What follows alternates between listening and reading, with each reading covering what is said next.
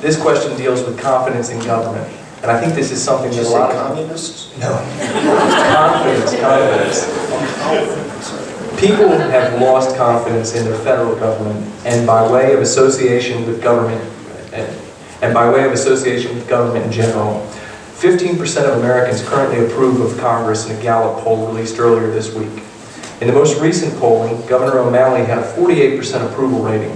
With distrust and lack of confidence in our elected officials at an all-time high, what would you do to create more confidence in state government? And we'll start with County Executive Craig. Well, I have the experience in having done this because I've been the county executive for 9 years. I was Mayor Harford Grace for 9 years. And one of the things that you do is you have an open door policy where the door is always open for whoever wants to come in and speak with you about a particular issue.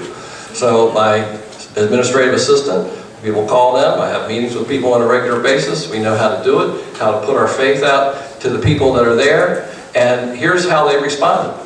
In 2010, when I ran for re-election, I got 82% of the entire vote in Harford County. 82% of the people had the trust of what we had done with transparency. Another thing we did is we supported a bill for the county council to hire an independent auditor who is responsible not to me and not to the county council. And they have the ability to do an audit on any part of our government.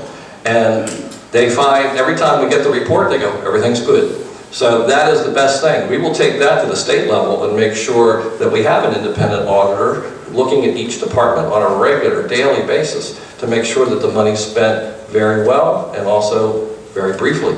So you have to reach out. And the other thing is, I tell people, I'm just a regular guy. Yes, I've been in the office for a long time. I've been a teacher for a long time. But I was out fixing the window on the house the other day in the fall, and a guy walked by and said, "Are you the county executive? And you're fixing your own window?" And I said, "Yes, but don't take a picture because people might say I had a county employee fixing this window." I was doing it myself. I'm just a regular guy. Tell you, George. You know, in a way, it's the most serious question. People aren't trusting their government because the government's not trusting them.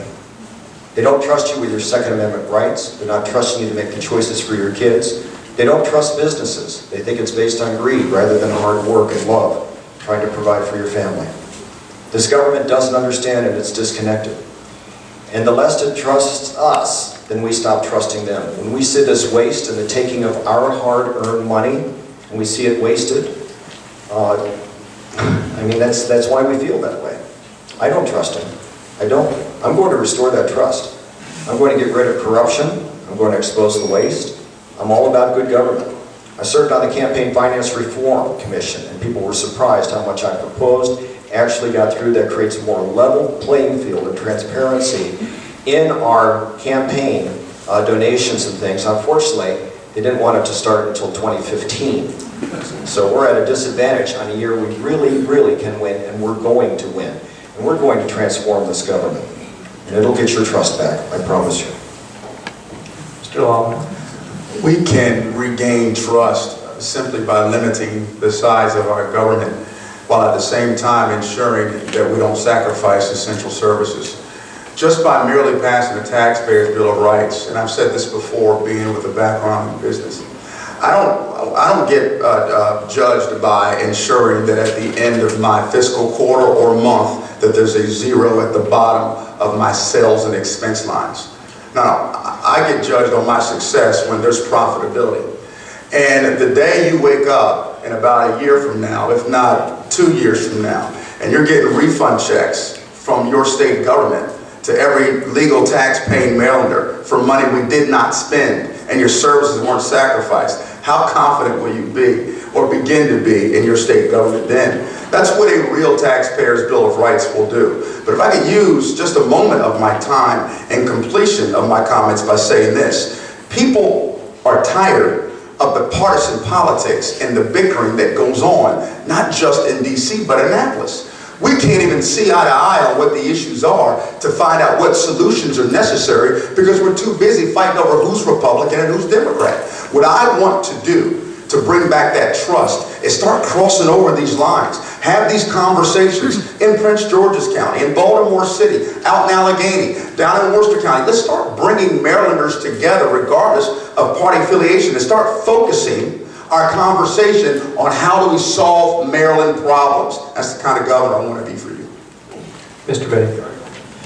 Well, if you want to improve your relations with Congress, I think the first thing you got to do is vote for Dan Bongino. He's a good man.